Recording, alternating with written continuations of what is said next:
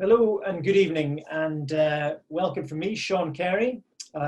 This is the final in our summer ERS webinar series, and really looking forward to this evening's presentations, because this evening it's hosted by the European Rhinologic Society Juniors. And as such, I'm going to hand over to my co-host very shortly. Just a couple of things to remind you. These are the views of the panelists and moderators, and not necessarily those of the society itself. We will have 3 speakers, each of 15 minutes, and that leaves us about 15 minutes at the end for questions. We're not using the chat function or the hand raise function, so please use the Q&A function, and we can get around to your questions at the end. So it's my real pleasure to hand over to Zinovia Tsinaslanidou, who's in Greece, and she's going to introduce our panel to you this evening. Hello and good evening to everyone. First of all, I would like to thank you for inviting me to co-moderate this session. And I would like to welcome you all to the 5th ERS webinar on sinonasal malignancies. We are delighted to have 3 panelists tonight, all of them from the junior member board. They are well-known rhinologists, not only to the juniors, but also to the seniors. And I will move on presenting all 3 of them. First is Pavol Surda, an ENT consultant and rhinology specialist from the Guy's Hospital in London. Second is Alexandru Nicolaescu, coming from Romania. He's working at the Dimitrie Gerota Hospital of Ministry of Internal Affairs in Bucharest. And last but not least, is Turri Zannoni, coming from the University of Insubria, Varese, Italy. I'm very pleased to have all 3 of them giving their presentations today, and I'm going to be really short and move on to their presentations. So I'm heading on to Pavol and his presentation. Pavol? Thank you very much for the fantastic introduction. I'm going to start with my presentation. Can you see it? It should be.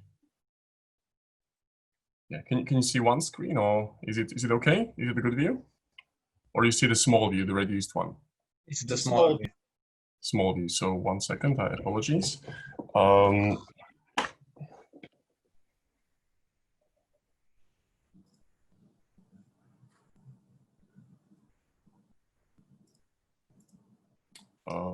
Right.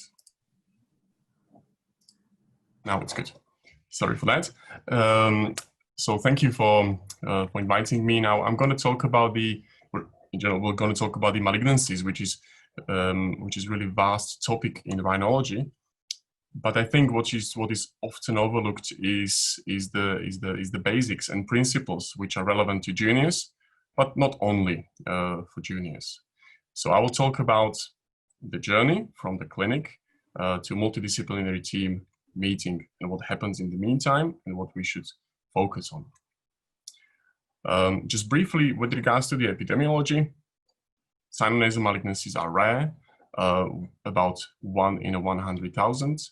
You can see on the right side that the rate is not really changing. It's plateaued over the years.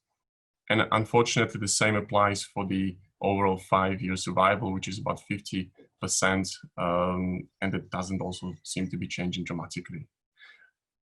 We would expect to see the patient between 50 to 90 years old, usually. Now, frequency in the first decade is very, very low, and then with the 8th decade, it rises up to 7 per 100,000. White males are more affected than the better halves, and what is different with the other head and neck malignancies is that smoking and alcohol has got very little role. And sinonasal malignancies are unique by linked to exposures, especially wood dust, industrial fumes, leather, aluminium, textiles, organic fibers, chromium. So it is really important to ask about those because it really is the part of the story. Most common ones are the epithelial neoplasms. Out of those, squamous cell carcinoma, 60%, then adenocarcinoma, and minor salivary gland malignancies, especially the adenoid cystic carcinoma. In children, the rhabdomyosarcomas are the most common. I'm just working very quickly, go through certain characteristics that are important for the investigations. Now the SEC is the most common. Smoking, HPV, especially inverted presence of previous inverted papilloma is important, as in 10 to 15% there is a risk of transformation. And there are also there is also linked to exposures such as asbestos, but also wood dust. Adenoid cystic carcinoma, very slow growth, typically is perineural spreads, which poses a challenge when it comes to removal. And when you have got a patient who has got distant metastasis or intracranial invasion, such patients usually have a poor prognosis when compared to the remaining ones. Adenocarcinoma, the second most common, we see intestinal, non-intestinal ones, which we differentiate into low grade and high grade. And what is really, really important for the examination is that 44% of them seems to be related to occupational exposures, especially the wood dust, which increases the risk by 540 times. Now, esthesioneuroblastoma, it's a disease with a good prognosis. You would be looking for a lump in the area of the olfactory plate on the imaging or endoscopy. And then we see the bimodal distribution. So in a younger patient, it's one peak, and then there is a second peak in all the patients. When it comes to undifferentiated carcinoma, what is important is that there is poor prognosis, but especially this should be referred to the highly specialized team, since there is a need often for multi-modality treatments. And mucosal melanoma, in general, very poor prognosis. And lastly, sarcoma. In most of major centers, there is sarcoma team, and because of many subtypes, they usually deal with those patients. And in general, all of these sinonasal malignancies present at later stage, so T3 plus at presentation, especially because of non-specific symptoms that are difficult to recognize. So anatomical site involvement, first of all, the maxillary sinus, followed by ethmoidal sinus, and then the others. Maxillary sinus, that's specifically linked to the SCC. And on this nice diagram, the blue box is showing the area most affected by the SCC, and the green box is showing the area affected by the intestinal type adenocarcinomas. With regards to the neck disease, so this is the reason why you should always have a look at the neck as well and palpate it properly, as up to 20% of cancers of the sinonasal cavity presents with a neck mass. And then, as you can see, the specific subtypes. When it comes to distant disease, less than 25% of patients would have a distant disease at the presentation. Now, I'm going to continue with a more practical bit, what to actually do with the patient that you will see in the clinic. This is the UK National Multidisciplinary Guideline, published in 2016. And so we start with the symptoms and signs that we should recognize, then endoscopy, imaging, diagnostics, followed by biopsy, and then discussion at MDT. So I will discuss each step in slightly more into detail. Now, when it comes to symptoms, I have divided them into non-specific symptoms and then symptoms of high suspicion, which are less common, but very important.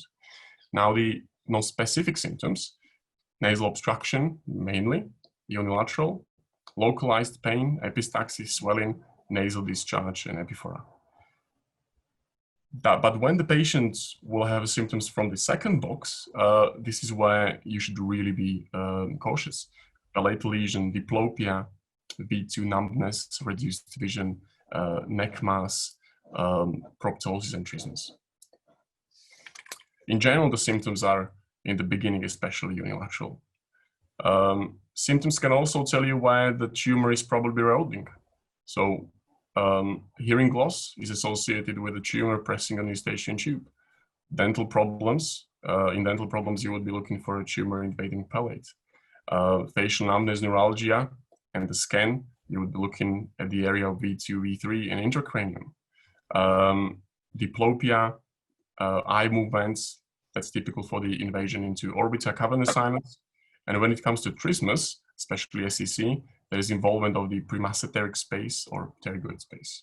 And lastly, epiphora, of course, you would be looking at the compression of Hasna valve and or lacrimal sac. Now, when I mentioned those non-specific symptoms and highly suspicious symptoms, even though the most of patients will present with non-specific symptoms, we have got also no knowledge about the other features and characteristics, and we can put together a picture that will ring the bell. So, for example, when you will have a male which is woodworker and has got and is white male ideally, and then had no previous history of chronic rhinosinusitis, and now suddenly there will be serosanguinous discharge on one side. Of course, this will be a different situation than a young patient. Now, I would carry on with the biopsy, with the endoscopy. The endoscopy, first of all, we are looking for a mass. And then second of all, endoscopy then serves us for an indication whether to perform a further imaging. In general, when there is a bilateral disease with a typical looking polyps, transparent masses, then in general, the imaging is not indicated to confirm the diagnosis if you need to perform it from other reasons, of course. Now, we have to use a common sense. If the patient would have a polyps but will have a palatal lesion, of course, that's a different situation, and you have to discuss it with a senior colleague to make sure that you are doing the right thing. When it comes to unilateral disease, I think dilemma comes around especially antrochoanal polyps and lesions like septal papillomas, which don't pose a risk of transformation, but they can sometimes look weird and unusual. If there is a typical looking antrochoanal polyp, in many places, standard is to take a biopsy in the clinic. We don't do that. If you have the CT scan, as we do have, if we have a one-day CT scan, the same day CT scan, then ideally you can do that if you have got any suspicion. Otherwise, non-urgent CT scan is fine. And on the right side, you can see 3 lesions, which really are highly suspicious. In those cases, you would go for urgent CT scan. If there is a neck mass or the patient is really in a high-risk group, you can even go for the MRI scan at the same time.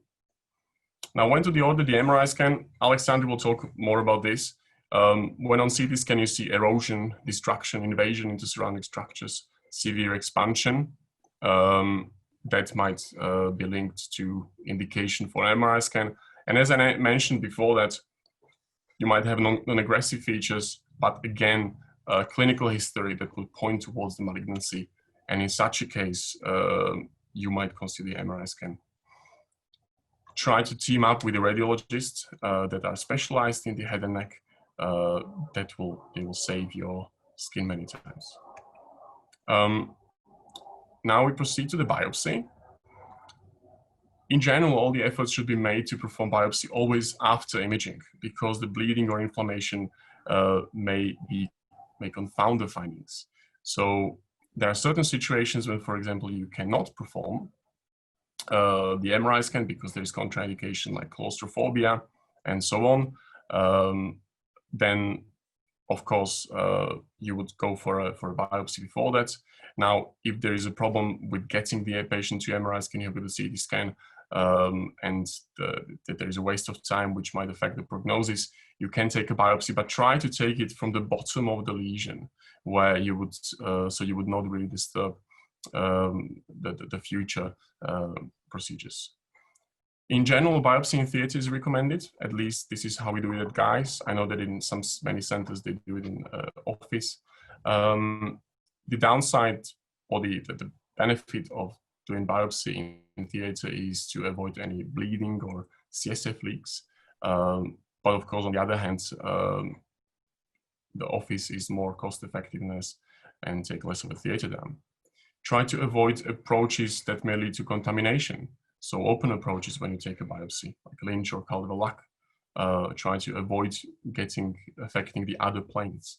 Debulking may be indicated, but it should be really performed in the tertiary center with a clear plan, mapping, video imaging, and documentation.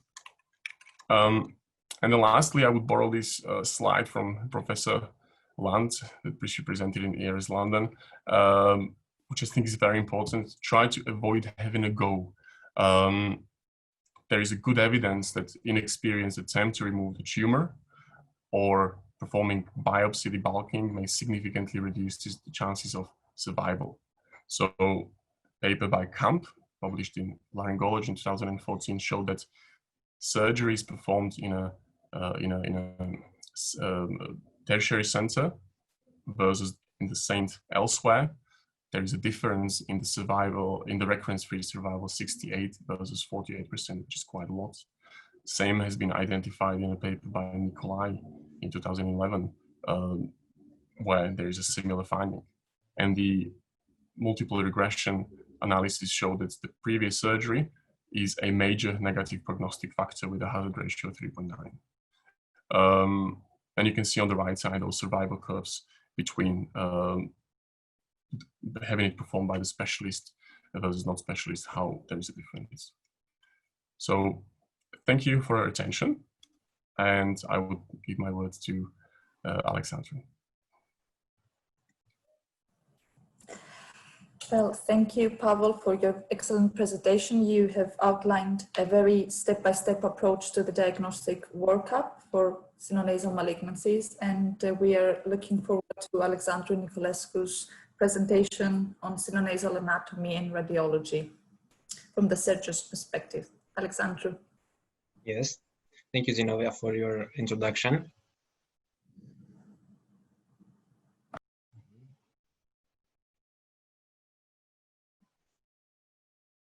Is it working? Do you see the big screen?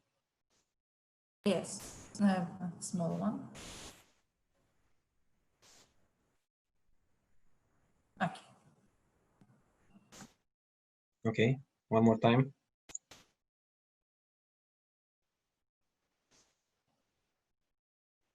Okay, how about now?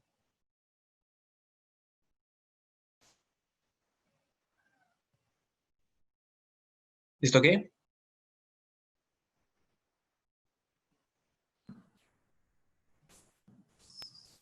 Can you hear me? Is everything okay? It's good, yeah. Okay. So to start my presentation after Pavol, I would start by... Can you put the full screen?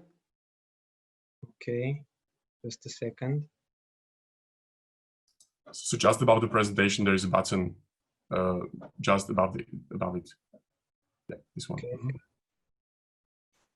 Yeah. Great. Okay, perfect. So just about the anatomy of the sinuses, I won't go into detail. Every surgeon, every aspiring ENT surgeon shows high knowledge of sinus and nose anatomy.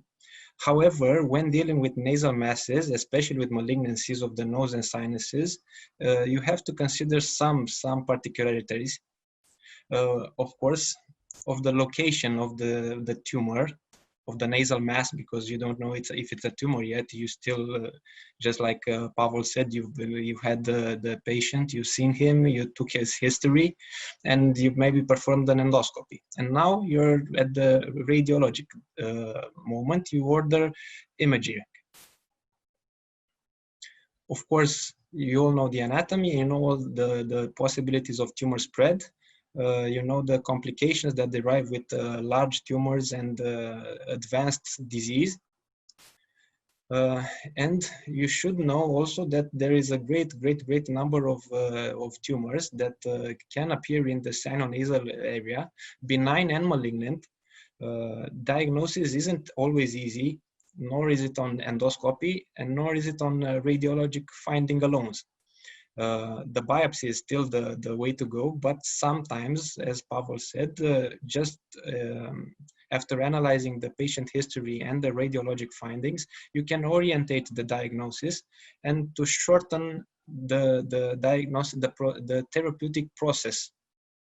So without the only particular element I want to draw your attention on this slide is that malignancies are more frequent than benign tumors. The SCC, the squamous cell carcinoma, is the most frequent, and it has a particular distribution. And as you will see later on in the slides, it has some particularities on the radiologic findings.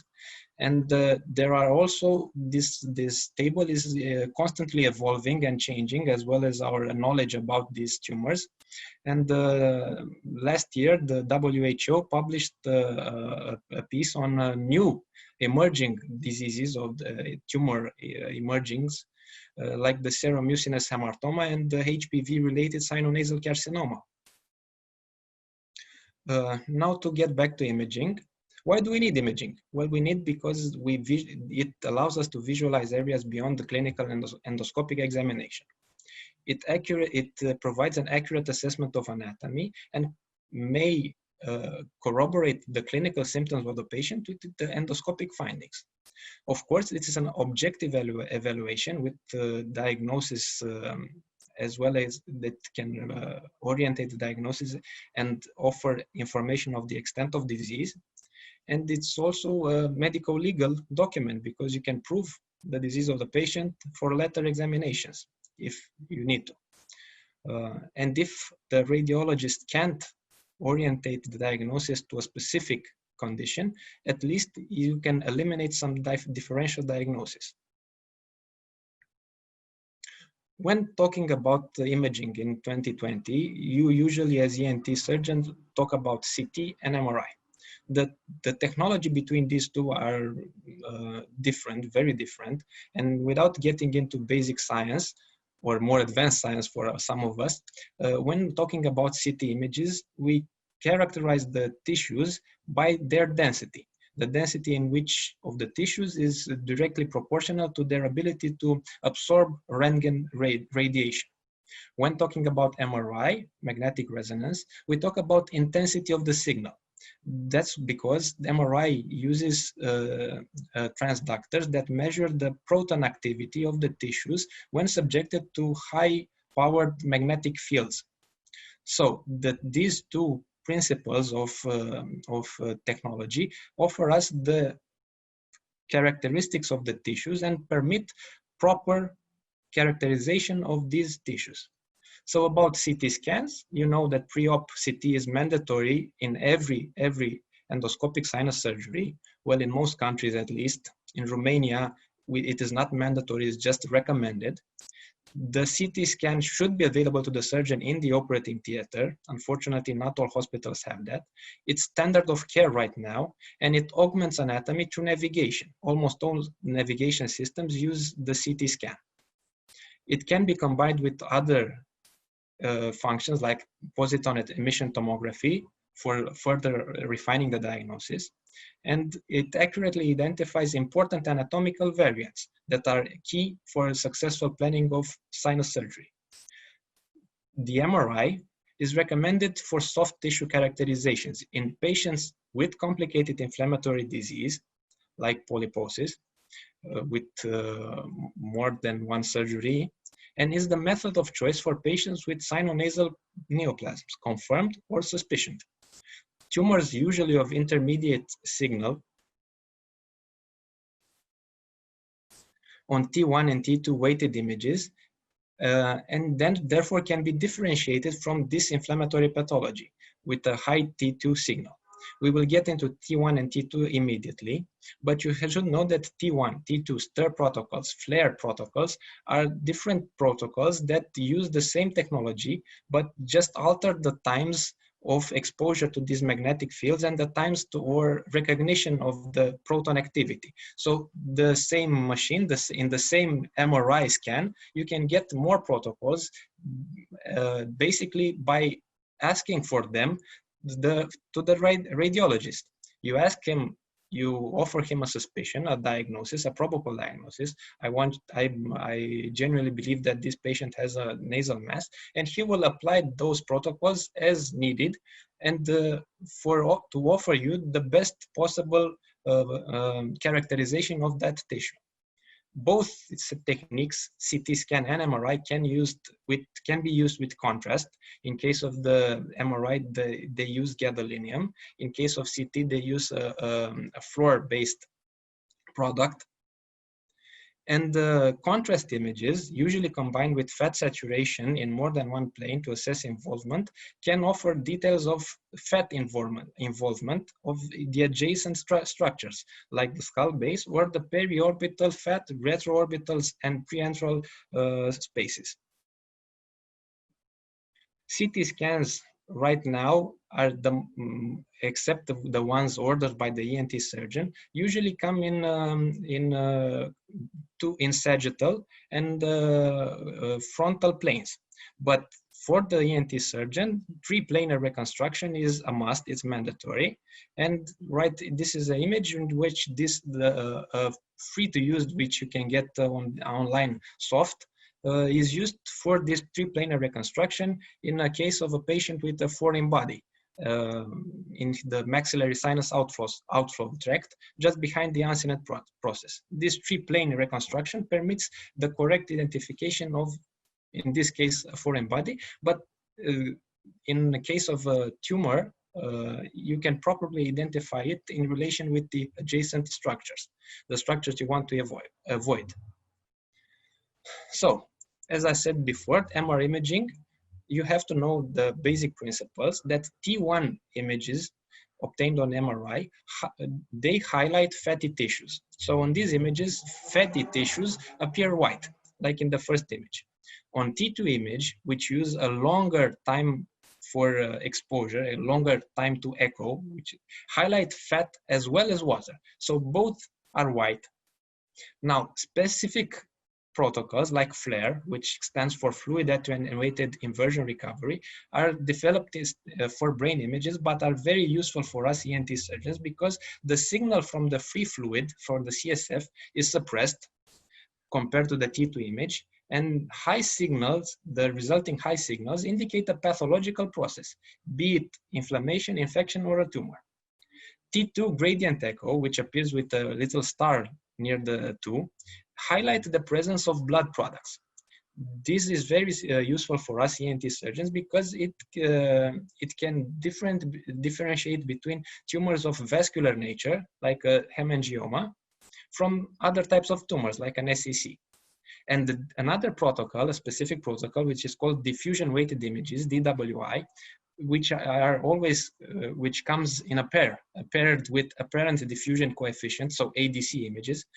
They're used for stroke to reveal infarction in the cerebral cortex, but they are also useful for us in characterizing nasal masses because it permits us to identify hypoxic or necrotizing lesions, like in the large tumors, large SCCs.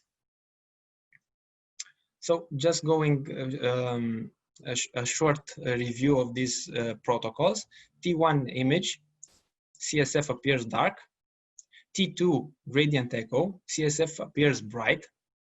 And the FLAIR image, the same image, which when the CSF is darkened, but abnormalities remain bright. It's very, very sensitive to pathology. In this case, just an enlarged turbinate, but still, you get the point. So, when ordering imaging, when getting back your image, your basic CT scan, what do you look for? What do you consider? Well, first of all, like Pavol said, tumor location. If you have a tumor in the maxillary sinus, you think of the most probable diagnosis, an SCC, because you know that's the area of distribution. Lateral nasal wall, maybe an IP, maybe something else. And if you have a tumor located in an olfactory recess, you think of esthesioneuroblastoma. The growth pattern into adjacent structures. Does it erode the structure, like a mass, like an IP? Or does it, does it compress the adjacent structures like an IP? Or does it erode into them, like an aggressive tumor? The tumor, is it homogeneous? Is it heterogeneous? Because the homogeneity of a lesion is a sign of benign lesion. the heterogeneity, the more the varied the tissues in a tumor, is a sign of probably malignant lesions. Internal signal density on MR. The higher the signal intensity, the higher the cell count, the higher the cellularity, and the higher the activity of those cells. So more probably a malignant lesions. Does it enhance when contrast is applied? Well, if it's contrast enhancement, then you probably have a metabolically active lesion, so probably more towards the malignant side than the benign. And of course, the two protocols which we already discussed, the diffuse weighted images and the FLAIR, which are highly sensitive to some pathology, FLAIR to all pathology and DWI to infarction and necrosis.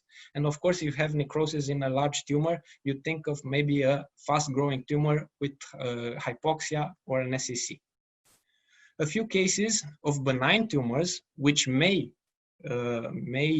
transform in malignancy. The IP is the most frequent. It often involves the lateral aspect of the nasal fossa, and it's the most times in relation to the middle turbinate. 2 to 15% of them, remember, so a significant portion of the IPs have coexisting SCC focal points in them on presentation. On CT, you have an iso-attenuating to normal mucosa. They lack calcification and characteristically cause bony remodeling, so just by compressing the adjacent structures. On MRI, you have iso to hyperintense. You have iso to hyperintense on TW and hyperintense on T2. So it's a homogeneous enhancement, regardless if they have SCC foci or not. This is a lesion, a large IP with malignant transformation. You can see in the center of it, towards the nasal septum, how it invades the nasal septum and how it has calcifications into the tumor. And this is an MR aspect. It's a typical MR aspect of an IP. It's called the cerebriform aspect. It looks like looks kind of like the cerebral cortex. This is just a slide to show another case of an IP, which is just to demonstrate the unilaterality of a lesion. The majority of sinonasal neoplasias start as unilateral, so they extend through structures via the path of least resistance. In this case, the septum is respected, and you have some fluid accumulation in the posterior ethmoids. Fungal rhinosinusitis is another benign lesion that can mimic sinonasal mass, and it's an increasing in incidence. So you may find yourself in the face of this kind of image, and you should recognize that on CT scans, they are hyperattenuating soft tissue density. It's like a mass. It has bone erosion of the surrounding nasal walls and sinuses, but it's specific. It has calcifications by the high degree of metallic debris excreted by the fungi, the so-called the fungus ball that you can see here in the maxillary sinus, which is covered in inflammatory tissues and liquid.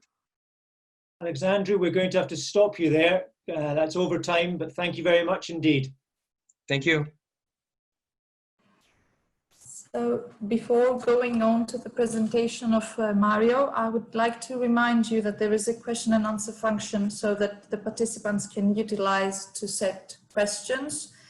This will be addressed at the end of the webinar as a discussion between the panelists. And let's move on to Mario Turri Zannoni, who is going to analyze the histology-driven strategies on sinonasal malignancies, sharing his center's expertise on that topic. Mario, we're up to you. Okay, thank you very much, Zinovia, and good evening, everybody. Well, I'm gonna talk about treatment strategies in managing paranasal sinus cancer tailored on the specific histological subtype. As you know, recently in 2017, the WHO has reclassified paranasal sinus cancer and in details, basically divided in epithelial cancer and non-epithelial cancer, including hematolymphoid cancer, neuroectodermal tumor, and so on.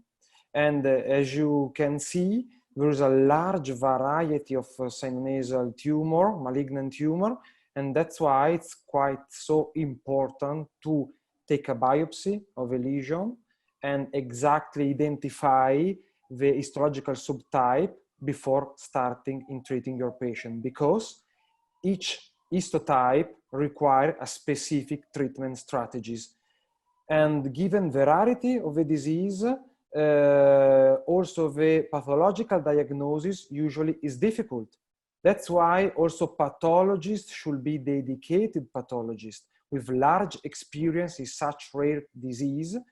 And that's why it's important second opinion also for reaching a correct diagnosis.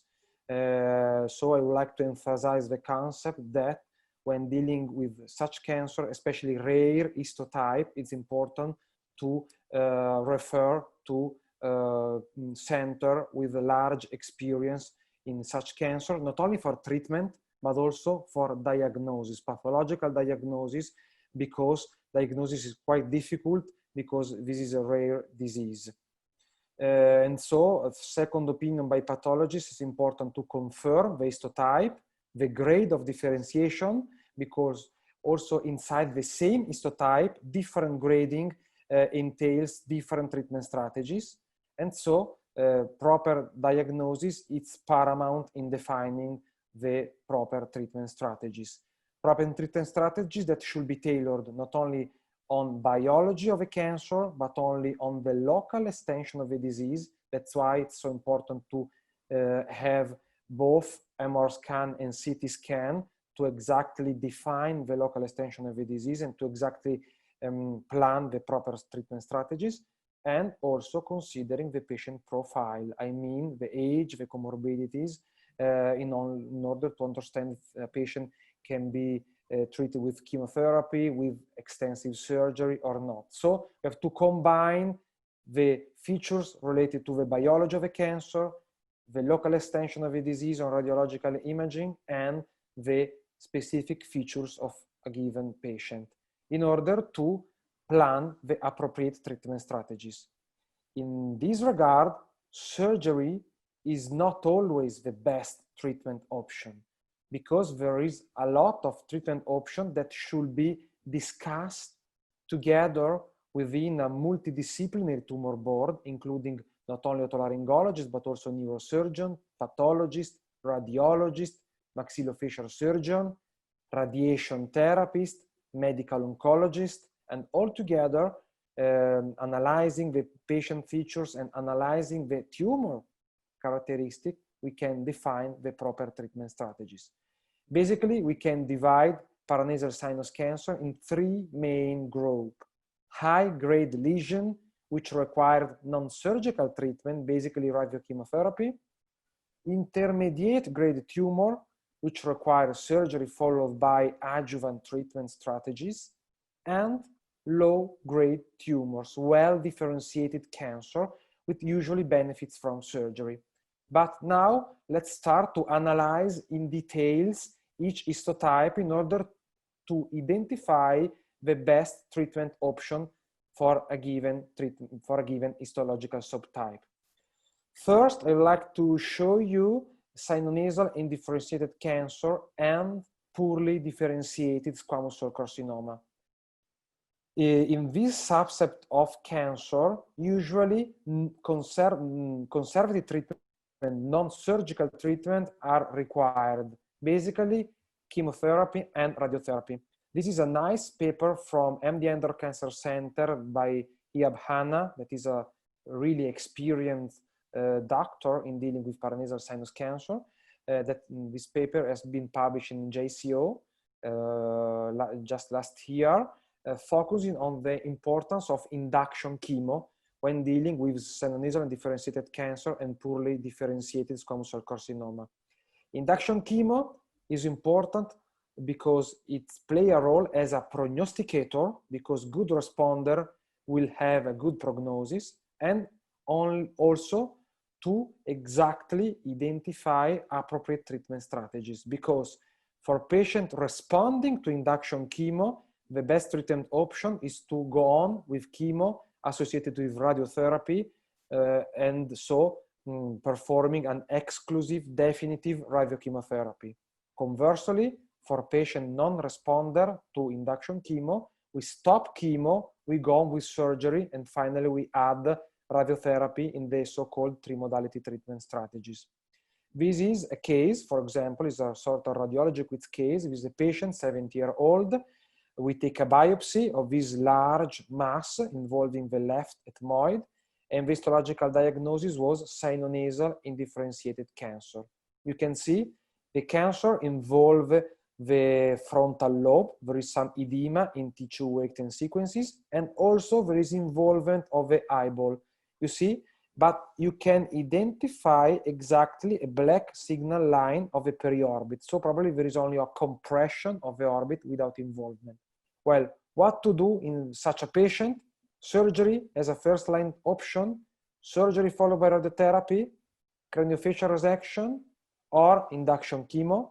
Well, is a sinonasal and differentiated cancer, poorly differentiated cancer, and so we start with induction chemo. After induction chemo, 5 cycles, we obtain such an outstanding response, and so we perform surgery on the persistence of the disease. This is the video clip of the surgical procedure. I skip just a little, and I go directly on the most important area. You can see we cut completely the skull base, cauterize and cut anterior and posterior ethmoidal artery. We dissect the subperiosteum plane, and after that we remove the dura. You see, remove the dura, and we perform skull base reconstruction. Dura has been removed completely, you see, and after dura removal we perform skull base reconstruction with fasciolata, intracranial, intradural, a second layer of fasciolata extradural but intracranial in the epidural gap, and finally we harvest a so-called septal flip flap, that is septal mucosal flap to resurface the skull base. And this is the MR scan 4 years after treatment. Then move to olfactory neuroblastoma. When dealing with olfactory neuroblastoma and neuroendocrine carcinoma, is paramount in defining the grade of differentiation, the EMS grade of differentiation, because we understand that is a sort of spectrum of grading, from moving from EMS grade 1, well differentiated cancer, to EMS 2, 3, 4, till neuroendocrine cancer. For well differentiated tumor, we can do surgery. For high-grade lesion, it's better to start with induction chemo. We have also described such treatment strategies in this paper published 2 years ago in Oral Oncology.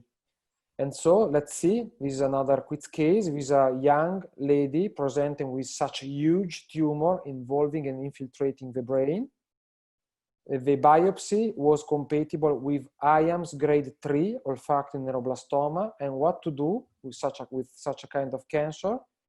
Chemo, surgery. Well, our strategies was to perform histopathological revision of slides, because such a kind of histopathological diagnosis is quite difficult.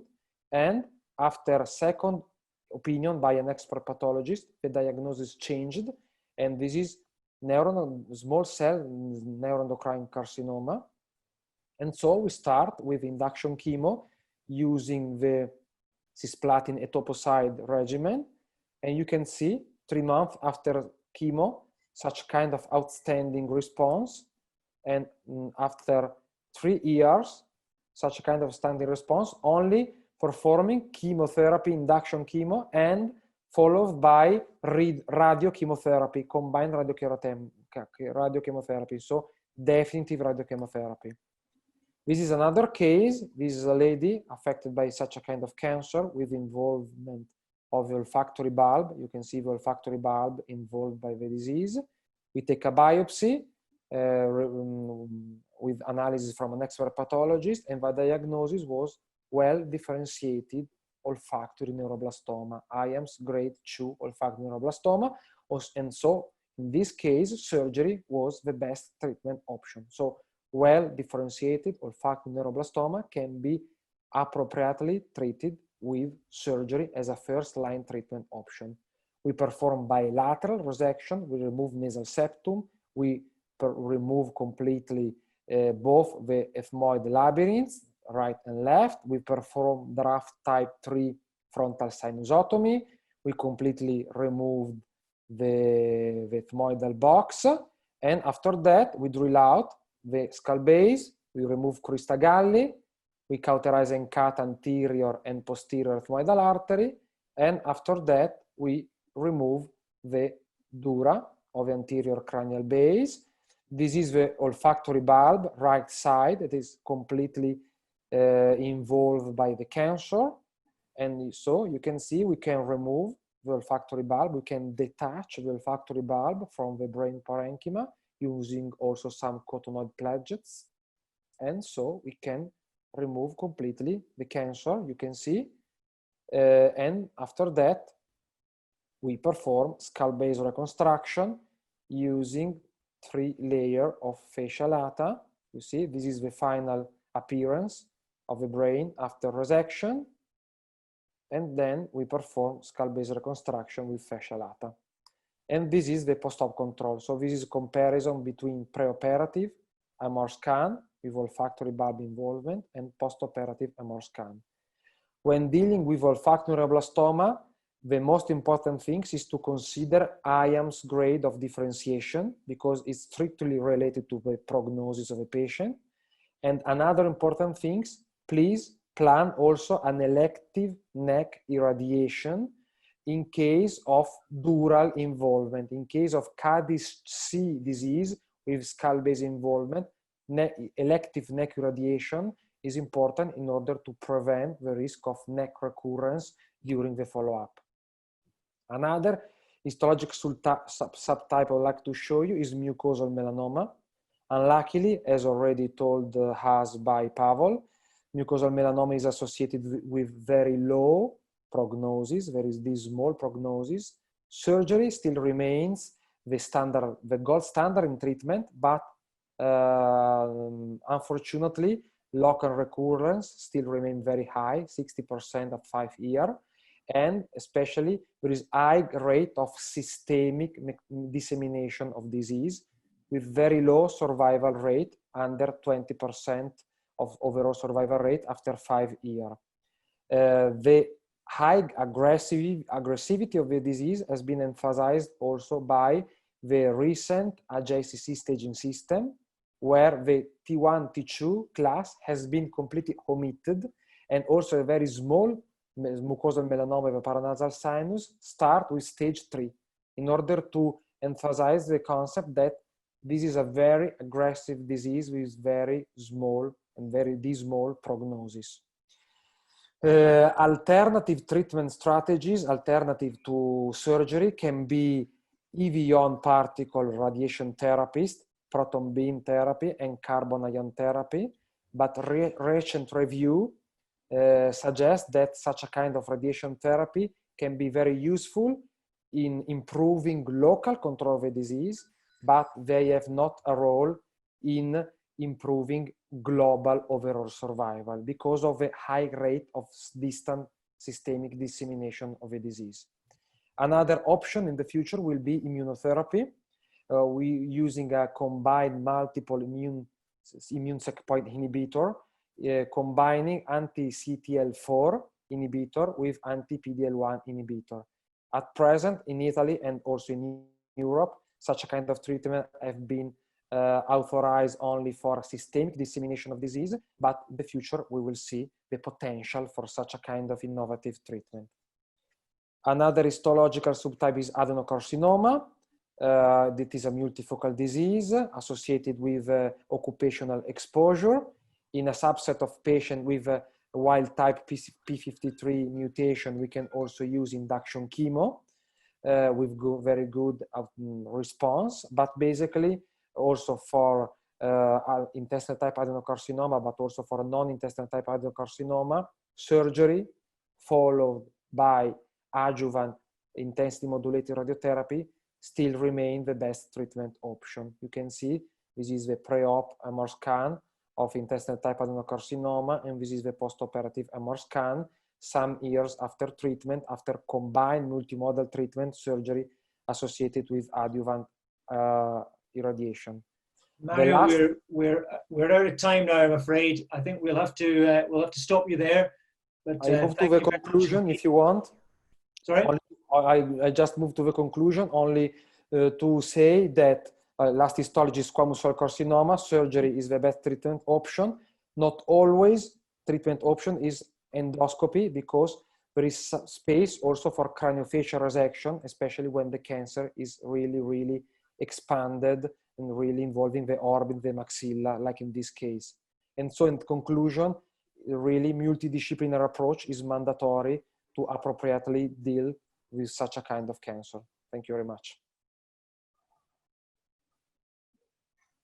Thank you very much, Mario, for your presentation. I would like to say that everyone had a very detailed presentation, enriched with very, very interesting videos intraoperatively, and as well as CT and MRI scans pre and post-operatively. And let's move on to questions from the participants.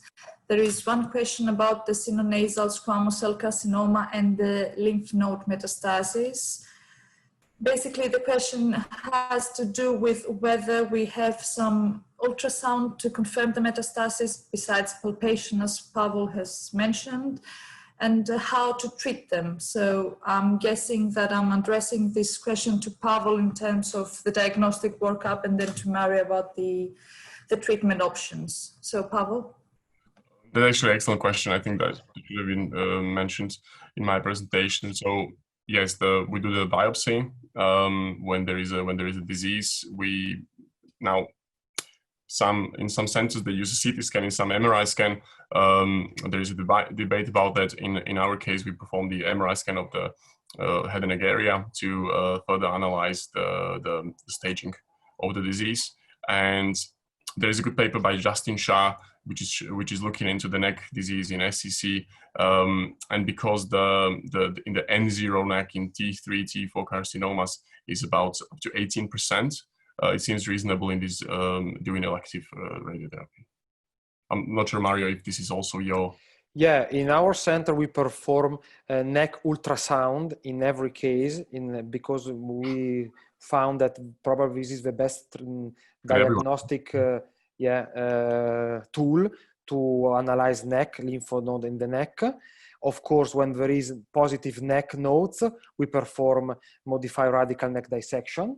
When there is clinically and radiologically negative neck, we perform an elective neck treatment, basically in two cases. First, epithelial cancer in advanced stage, especially when they involve maxillary sinus and the floor of a maxillary sinus. So for example, squamous cell carcinoma of a maxillary sinus T3, T4, required elective neck treatment. And second situation, in olfactory neuroblastoma with skull base involvement. In such case, we perform elective neck irradiation. Okay, and there is another question I would like to pose about the use of PET-CT scan. Do you use it in the diagnostic workup, in the staging, or do you use it just for the follow-up of the patients? If I may? Mm-hmm. Yes. We use it in Romania. It's a very high-priced investigation, and after the workup, after the treatment, we use it every 6 months or once in a year for follow-up to detect recurrence, local recurrence, or distant metastasis.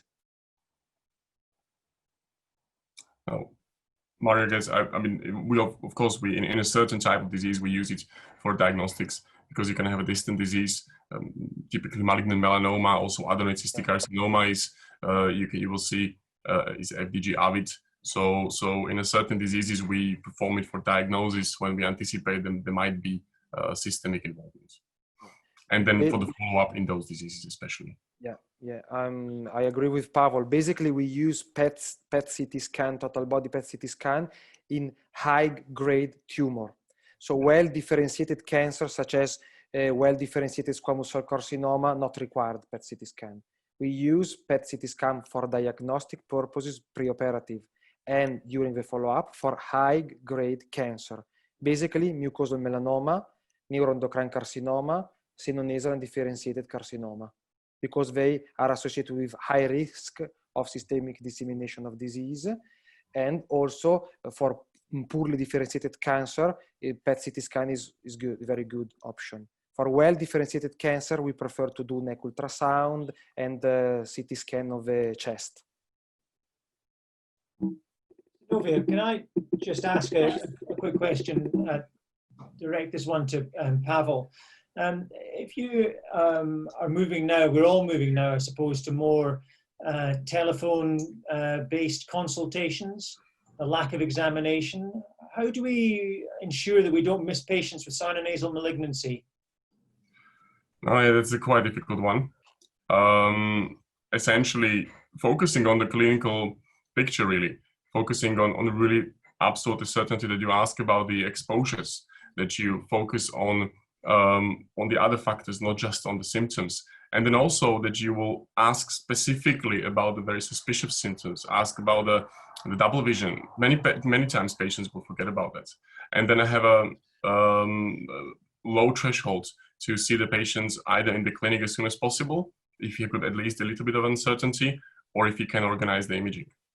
It is a difficult one, but I'm sure that there will be increase in the patients who might be missed because of this. Yeah, and I suppose any unilateral symptoms, blockage, bleeding, particularly a smoker, are going to make you concerned, aren't they? Yeah. But we still have to see those patients somehow. Absolutely, and in the clinical, the history has to be absolutely perfect, because there are no hints when you see the patient. You have to basically ask. And if I can be a little greedy, can I ask Alexandru, and what do you do if you have a patient who has a CT imaging of a unilateral tumor, and you find there's a bit of skull base erosion, and you on the CT, and you request an MRI scan, but the patient can't have an MRI scan for whatever reason? It may be they're intolerant, they can't go in a confined space. So how do you manage that? Well, I ask for the neurosurgeon, for the neurosurgeon's opinion. That's the first step. And actually, after confirming, after the biopsy, after the diagnosis, these patients always go through a tumor board. So if the oncologist, if they decide, and with the neurosurgeons and with myself, we all decide that he has to have some more imaging, then we may find another one. Maybe we do the PET. I think you made a very good point there about the tumor board and the radiologist on the tumor board, and having an experienced head and neck radiologist look at the images, because it may be, as you say, that a further, more detailed CT imaging, perhaps with contrast, if contrast wasn't given first time, may give you the information that you're looking for. Yeah, thank you. Usually, if I may, usually all times when we have a nasal mass, we do CT with contrast, especially in the hospital setting. Sometimes patients come with the CT scans from private practices or other services, outpatient clinics, where they went for, I don't know, a pain or nasal obstruction, and they just come with a native CT without contrast. So then we have to do it again in our clinic with contrast. So Zinovia, I think we're pretty much out of time, aren't we? Shall I let you wind it up? I believe that I will let you. I'm going to say that it was a great pleasure to be among you all, and it was very nice. All the presentations were excellent, and I will hand on to you for the closing up. Yeah. Okay. Well, thank you very much. I would agree with you, Zinovia. 3 outstanding presentations, and thank you for taking so much time to put them together. That's the last of our presentations on the summer ERS webinar series, but we do hope to start again in the winter. So if in the ERS Juniors you have any particular topics that you're keen to see us discuss, do let Pavol and the rest of the team know. It's been great fun. They'll all be uploaded onto the YouTube channel. So I wish you all a good summer. Look forward to seeing you in the autumn, and good evening from us all. Thank you. Bye now. Goodbye. Bye bye.